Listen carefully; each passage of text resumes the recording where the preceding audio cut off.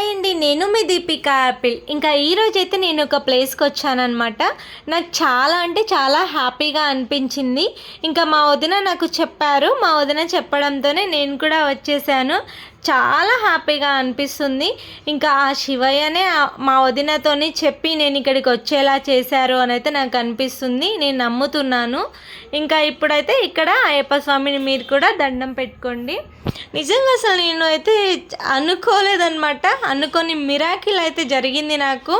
వదిన పడుకున్నారంట నైట్. పడుకున్న తర్వాత ఎందుకో ఎవరో లేపి నాకు చెప్పాలి అన్నట్టుగా అనిపించిందంట. ఇంకా వదిన నిద్రలో నుంచి లేచి నైట్ నాకు చెప్పింది, ఇంకా ఈరోజు ఇక్కడ ఉంది పూజ హోమం, నువ్వు రావాలరా అని చెప్పారు.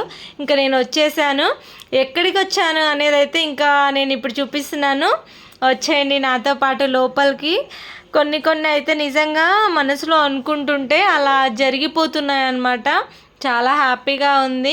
మనసులో ఎంత బాధ ఉన్నా ఈరోజైతే నిజంగా అసలు నాకు చాలా హ్యాపీగా అనిపించింది. వచ్చేసేయండి.